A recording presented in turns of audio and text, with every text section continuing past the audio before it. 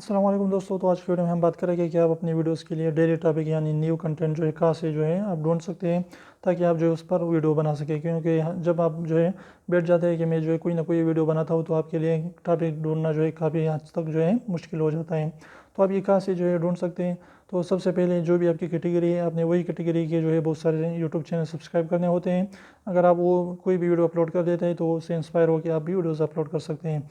दूसरा जो है जो बड़े बड़े यूट्यूबर्स हैं, जिसके जो है आपकी कैटेगरी की जो भी आपकी कैटेगरी के यूट्यूबर हैं, तो उसके कमेंट में जाइए और लोग उससे क्या पूछते हैं तो आपने उस पर वीडियो बनाना है। ये भी कमेंट में भी आप अच्छे खासी जो है अपने लिए जो टॉपिक ढूंढ सकते हैं।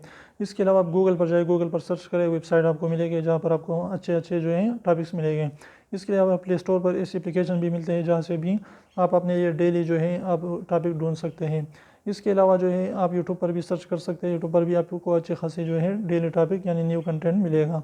तो इन तरीकों की अप्लाई करके अच्छे खासे जो है आप अपने टॉपिक को ढूंढ सकते हैं। लेकिन इसके जो है इसके लिए ज़रूरी ये होता है कि आपने जो है गूगल कीप या कीप नोट्स के नाम से प्ले स्टोर पर ऐप मौजूद है, गूगल का ऐप है, उसको इंस्टॉल करें और वहाँ पर लिख दीजिए।